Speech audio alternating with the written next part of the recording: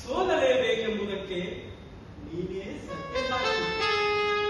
ಶತ್ರುಗಳನ್ನು ಜಯಿಸಬೇಕಾದ್ದು ಶಸ್ತ್ರದಿಂದಲ್ಲ, ಶಾಂತಿಯ ಮಂತ್ರದಿಂದ, ಅಹಿಂಸೆಯ ಅಸ್ತ್ರದಿಂದ ಗೆಲ್ಲಬೇಕೆಂಬುದು ಈಗ ಅರಿವಾಯಿತು ತಂದೆ. ಮಾನವ ಕುಲಕ್ಕೆ ಮಾರಕವಾದ ಈ ಸರ್ವನಾಶದ ಸಮರ ನರಕವೆಂಬುದು ಈಗ ಆಯಿತು ತಂದೆ. ಸಾಮ್ರಾಟ್, ಗೆಲುವಾದರೂ ಸಮರದ ದೆಸೆಯಿಂದ ದುಃಖಿಸಿದವನು ಈ ವಿಶ್ವ ಇತಿಹಾಸದಲ್ಲಿ ನೀನೊಬ್ಬನೇ.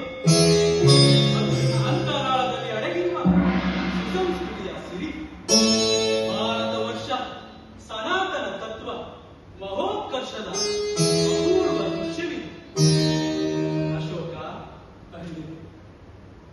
ಮೇಲೇಳು ಅಶೋಕ.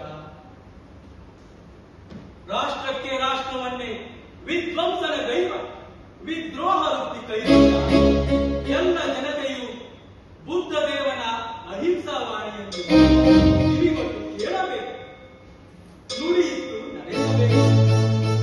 ಅಂದೇ ಜಗತ್ತಿಗೆ ಶುಭೋದಯ, ಅಂದೇ ಜನತೆಯ ಅಭ್ಯುದಯ, ಅಂದೇ ವಿಶ್ವಶಾಂತಿಯ ಧನ್ಯನಾದ ಭಗವಾನ್. ಬುದ್ಧ ದೇವನ ಅಹಿಂಸಾ ತತ್ವವನ್ನು ನೀಡಿದ್ದಾರೆ ಎಂದು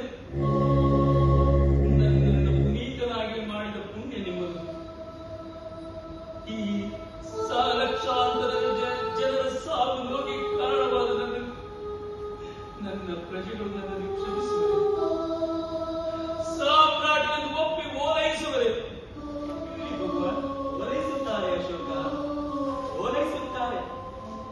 ಬಲದಿಂದ ಸಾಧ್ಯವಾಗದ ಕಾರ್ಯವನ್ನು ಸಾಧಿಸಬಹುದು.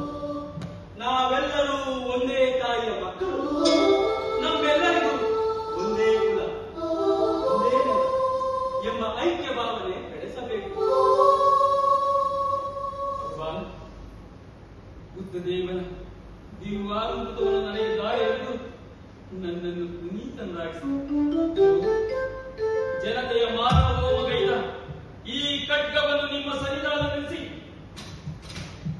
ನಾನು ಪ್ರಶ್ನೆ ಮಾಡುತ್ತೇನೆ.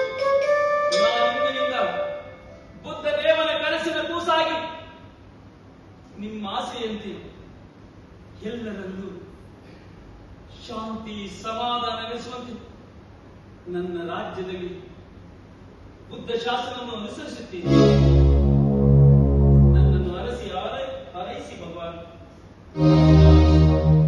ವಿಶ್ವ ಜಗತ್ತೇ ಅಭಿಮಾನಿಸುವ ರಾಜ ಋಷಿ ಪ್ರಿಯದರ್ಶಿ ಪ್ರಭುವಾಗುವ ಅಶೋಕ, ಮುಕ್ಕೋಟಿ ದೇವತೆಗಳೆಲ್ಲ ಆರೈಸುವ ದೇವನ ಪ್ರಿಯನಾಗುವುದೇ, ಶತಶತಮಾನಕ್ಕೂ ಶತಕೋಟಿ ಜನನಾಯಕರಿಗೂ ಶ್ರೇಷ್ಠವೆನಿಸುವ ಶಾಶ್ವತ ನೆನೆಸುವ ಭಾರತ ಭವ್ಯ ಇತಿಹಾಸದ ಶಾಂತಿ ಸಾಮ್ರಾಟನಾಗುವ ಅಶೋಕ, ಶಾಂತಿ ಸಾಮ್ರಾಟನಾಗುವ. ನಿಮ್ಮಿಷ್ಟದಂತೆ ನಾನು ಬದುಕುತ್ತೇನೆ.